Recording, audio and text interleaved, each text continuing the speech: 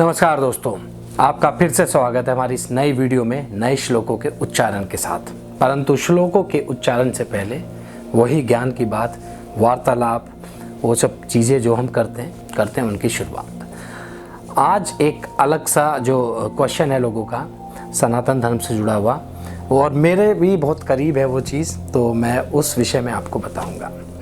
सवाल ये है कि सहदेव को भविष्य देखने की जो शक्ति थी, पावर थी, भूत भविष्य देखने की पावर थी, वो कैसे मिली और क्यों मिली। उसके पीछे है एक अलग सी स्टोरी, आप भी अचंभित होंगे वो सुनकर।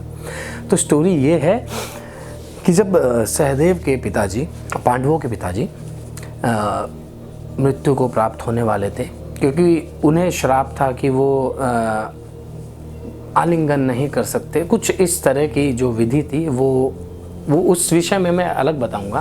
तो उन्हें पता था कि उनकी मृत्यु होने वाली है। तो मृत्यु से पहले पांडु जी ने कहा कि आप मेरे शरीर का भोग कर सकते हैं, मतलब मेरी डेड बॉडी को आप खा सकते हैं। बड़ा ही अजीब सा है, जब मैंने भी पहली बार सुना था, और आप भी अजीब सा फील कर रहे होंगे, ये कैसी बात बोल दी पांडु जी ने। तो मैंने महाभारत में सहदेव का किरदार किया है। उस कैरेक्टर को जब मैंने प्ले किया था, तो उससे पहले हमें कैरेक्टर के बारे में पूरा ब्रीफ दिया जाता है, पढ़ना पड़ता है, और उस कैरेक्टर के अंदर घुसने के लिए हमें सारा कुछ जानना होता है उस कैरेक्टर से रिलेटेड। तो मैंने जो पढ़ा और जो सुना भी था और सर्च करा भी था, तो उससे मुझे ये पता चला कि पांचों पांडव, इतना सुनने के बाद बड़े ही टेंशन में आ गए। ये कैसा चीज़ पिताजी ने बोल दी, हम तो कर भी नहीं पाएंगे। तो पांचों ने ही ऑलमोस्ट मना कर दिया करने से।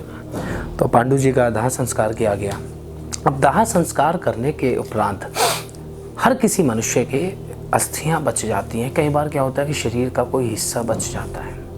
तो पता नहीं सहदेव के मन में क्या हुआ, एक शरीर का, पांडु जी का एक हिस्सा बचा था, वो सहदेव ने उठाकर खा लिया। और जैसे ही सहदेव ने वो खाया, उससे सहदेव को वो ताकत, वो पावर मिल गई। वो भविष्य देख सकता था, उसको सब पता था क्या होने वाला है। अब आप ये सोच रहे होंगे, जब सहदेव को सभी कुछ पता था कि क्या होने वाला है, तो सहदेव ने अपने भाइयों को रोका क्यों नहीं, या कुछ भी चीज़ ऐसे करने से पहले उन्हें बताया क्यों नहीं कि ऐसा हो सकता है।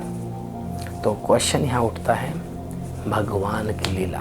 चाहते तो भगवान एक सेकंड में ख़त्म कर सकते थे महाभारत का युद्ध, सब कुछ, परंतु उन्हें दुनिया के सामने एक उदाहरण पेश करना था कि अच्छे कर्म करने से क्या होता है, बुरे कर्म करने से क्या होता है। फिर भगवत गीता कहाँ से लिखी जाती है अगर महाभारत नहीं होता। तो श्री कृष्णा जी का उद्देश्य यही था कि भगवत गीता के जो वचन थे वो बताने थे लोगों को, संसार में उन बातों को फैलाना था। तो फिर वही बात आ जाती है कि सहदेव ने क्यों नहीं बताया, सहदेव को क्या अड़चन आ गई इसमें। तो कृष्ण जी जब सहदेव बताने जा रहे थे अपने भाइयों को, माता को, ये सब चीज़ें, तो कृष्ण जी आ गए। अब कृष्ण जी आ गए, भगवान ने कहा, देख सहदेव, ये मेरी लीला है।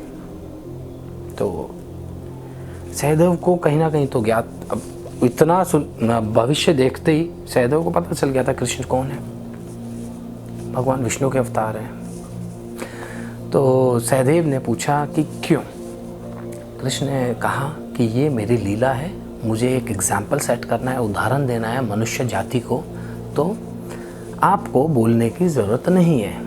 फिर भी अगर आपने बोल दिया किसी कारण से, तो उसी क्षण, उसी अक्षण आपकी मृत्यु हो जाएगी।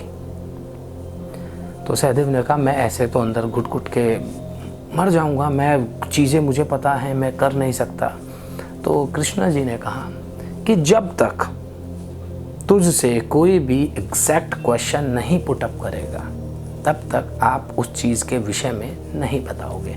तो जब मैंने महाभारत का कैरेक्टर प्ले किया था, तो कहीं ना कहीं जो युधिष्ठिर कुछ क्वेश्चन पुटअप करते थे, वो हल्का सा मेरी तरफ देखते थे। या तो वो उस समय हमने कैरेक्टर को डेवलप कर लिया था कि हमारी बॉन्डिंग ऐसी थी, या फिर हम अपने आप ही उस ऑरा में चले गए थे, उस एरा में चले गए थे, वो ऑरा बन गया था हमारा कि होता होगा शायद इस तरह की। क्योंकि जब हमने ये सब चीज़ें पढ़ी तो हमें भी लगा कि युधिष्ठिर इतने बुद्धिमान थे, वो कहीं ना कहीं समझ रहे थे कि सहदेव को कुछ ना कुछ ज्ञात है, या सहदेव कहीं ना कहीं कुछ समझ रहा है चीज़ें। तो बट फिर भी युधिष्ठिर जी ने या किसी और ने मुझसे और या सहदेव से एग्जैक्ट क्वेश्चन पुटअप नहीं किया, तो इसीलिए सहदेव ने एग्जैक्ट आंसर भी नहीं दिया। अगर सहदेव डायरेक्ट आंसर बोल देता उस चीज़ का कि क्या होने वाला है, तो सहदेव को की मृत्यु हो सकती थी।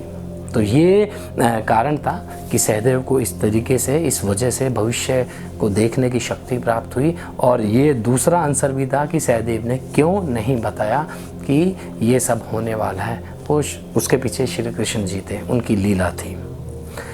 तो मेरे ख्याल से आप सब लोग समझ गए होंगे, मैंने जोड़ तोड़ के आपको बता दिया जो मेरा अपना खुद का एक्सपीरियंस भी था, मैंने क्या सीखा, क्या मैंने बुक से पढ़ा, क्या मैंने सर्च किया और जगह से। तो इसका आंसर ये था। तो दोस्तों बढ़ते हैं अब श्लोकों के उच्चारण की ओर। तो बढ़ते हैं श्लोक नंबर 15 की ओर। युज्जनेवम सदात्मानम योगी नियता मानस शांतिम निर्वाण पर नाम मत संस्थाम दिगच्छति। इसका भावार्थ ये है कि जो योगी वश में किए हुए योगी, जिन योगी ने अपने ये सारी चीज़ वश में कर ली है, इस प्रकार तू आत्मा को निरंतर परमेश्वर के स्वरूप में लगाता हुआ। आत्मा कैसी? जो जिस मनुष्य ने अपनी सारी चीज़ें कंट्रोल कर ली हो, जिसने अपनी आत्मा को समझ लिया हो, टोटल ऊपर से नीचे तक, अंदर से बाहर तक हर चीज़ उसने अपने कंट्रोल में कर ली हो, उस तरह की आत्मा को मुझ में लगाकर, मुझ में किसमें? श्री कृष्ण जी में लगाकर परमानंद की शांति को प्राप्त करना चाहिए।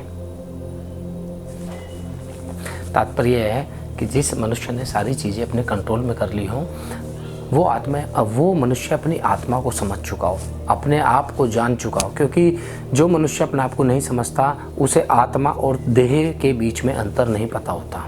तो जिस मनुष्य ने अपनी आत्मा को समझ लिया हो, उस आत्मा को मुझ में लगाकर, श्री कृष्ण में लगाकर उस परम आनंद की प्राप्ति करनी चाहिए।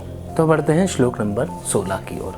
नात्यशंतस्तु योगो अस्ति न चैकात्मन नत न चाति स्वप्न शीलस्य जागृतो नैव चार्जुन। इसका भावार्थ है, कृष्ण जी कहते हैं कि हे अर्जुन, यह योग जो ऊपर के श्लोकों में बताया है, वह योग ना तो बहुत ही खाने वाला है और न बिल्कुल ही खाने वाला है। ना तो बहुत ज़्यादा खाने वाला है, न कम खाने वाला है, न बहुत शयन करने वाला है। शयन मतलब ज़्यादा आदमी को रेस्ट नहीं करना चाहिए, लेटना नहीं चाहिए। लेटना का मतलब शयन, बेड पे अपना रेस्ट करने को शयन बोला गया है। तो बहुत ही ना तो बहुत ही शयन करने के स्वभाव वाला होना चाहिए और ना ही सदा जागने वाला होना चाहिए।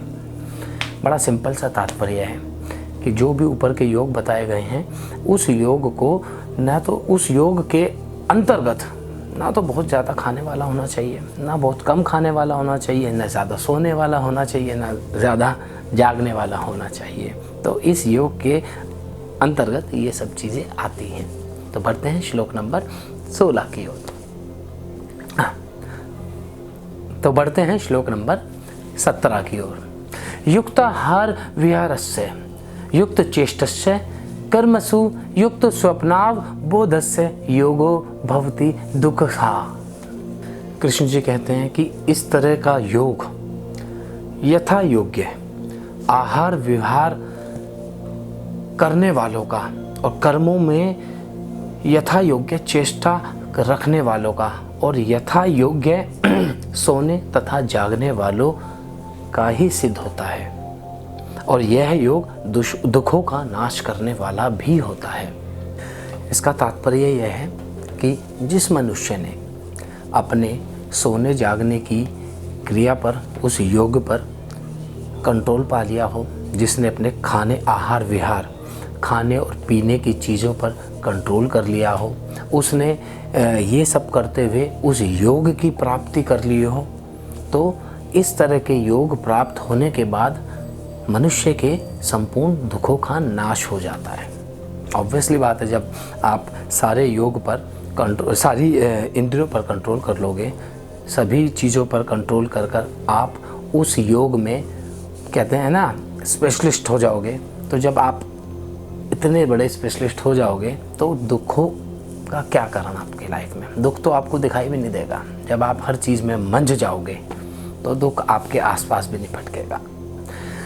तो दोस्तों, आज के लिए इतना ही। मिलेंगे अगली वीडियो में नए श्लोकों के उच्चारण के साथ। तब तक के लिए राधे राधे।